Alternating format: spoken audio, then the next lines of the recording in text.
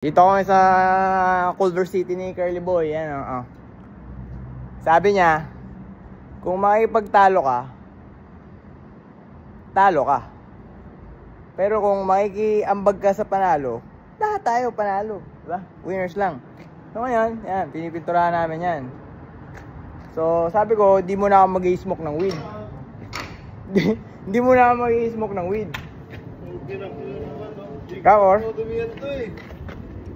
Tapos, naisip-isip ko, nasa kalagitnaan na ako. Ma-under naman na lahat eh. Mag-smoke na ako para masaya na ako habang ginagawa ko pa lang to.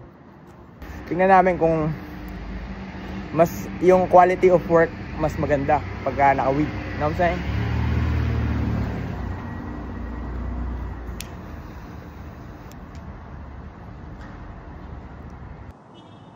Beautiful.